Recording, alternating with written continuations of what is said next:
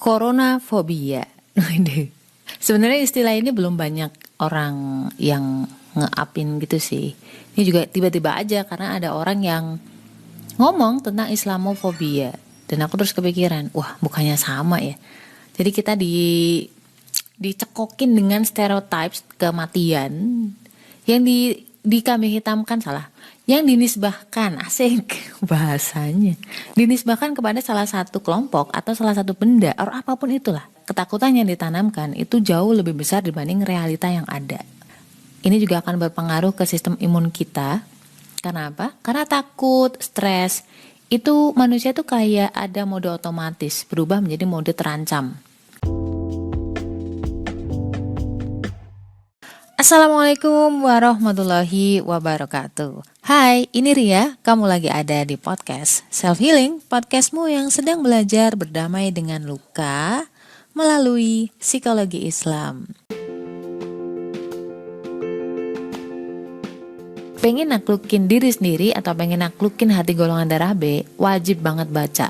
Jangan deketin golongan darah B sebelum miliki buku Beauty in Abyss ini. Tenang aja, karena bahasanya tuh bukan yang ilmiah banget. Ada cerita, ada narasi, tapi gak sepanjang novel-novel drama atau sastra. Cuman 25.000. Link pembelian terlampir nih.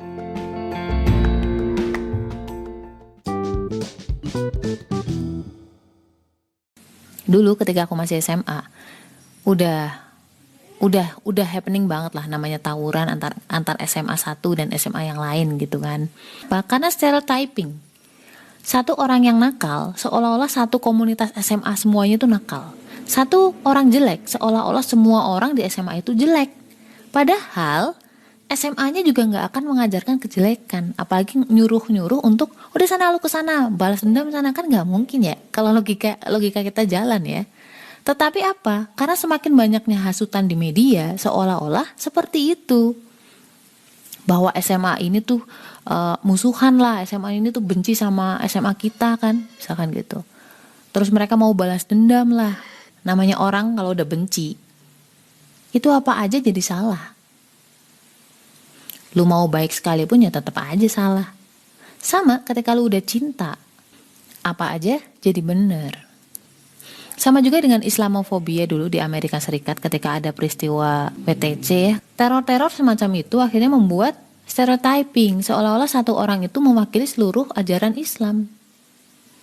Seolah-olah Islam adalah pembunuh, ya enggak? Sampai pada titik orang-orang akhirnya takut tuh. Begitu ada orang pakai hijab gitu kan. Wah, ini berarti orangnya cupet nih. Close minded nih. Ada orang open minded, ini close minded. Terus gampang disuruh-suruh untuk ngebom bunuh diri gitu. Without any research, without any tabayun gitu. Orang-orang percaya begitu saja dengan hasutan-hasutan yang dihembuskan. Akhirnya mereka takut tuh, begitu takut.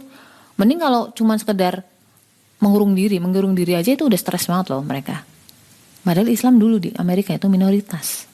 Mereka segitu takutnya, segitu parnonya. Sampai-sampai ada yang saking takutnya dia menyerang balik gitu. Kayak tiba-tiba membunuh atau nembaki orang-orang yang ada di masjid. Islamofobia udah bukan isu yang menakutkan lagi. Why? Karena orang makin terbuka, informasi makin bebas. Orang mau mencari Islam itu tinggal search, dia dapat yang versi Inggris, versi China, versi Jepang, itu udah ada. Mereka bisa baca Al-Quran, bisa baca terjemahannya, terus mereka mulai, oh ternyata ketakutan-ketakutan kami dahulu itu terlalu berlebihan. Ketakutan kami terhadap Islam ternyata gak nyata, it's not real. Islam ternyata gak gitu loh. Coronafobia apa? Sama juga polanya dengan menghembuskan seolah-olah dia adalah momok pembunuh. Aku gak bilang bahwa corona gak berbahaya, enggak. Again, bahwa ini subjektif. Nyatanya ketika ada yang positif corona gak semuanya meninggal kan. Ada yang sembuh, ada yang sehat, ada yang hanya perlu di rumah. Bahkan ada yang kena positif tapi tanpa gejala. Again, ini lebih jelas lagi bahwa relatif masing-masing orang akan berbeda penerimaannya, berbeda daya tahan tubuhnya. Hanya saja ketakutan-ketakutan itu justru membuat kita sendiri itu jadi parno. Pertama, untuk internal, jelas nggak bagus buat imun. Tadi aku bilang, ketika manusia berada dalam mode terancam, merasa nggak aman, nggak safe, insecure, menghabiskan RAM, kalau di komputer kayak gitu, menghabiskan energi, menaikkan kadar hormon stres atau kortisol dalam tubuh.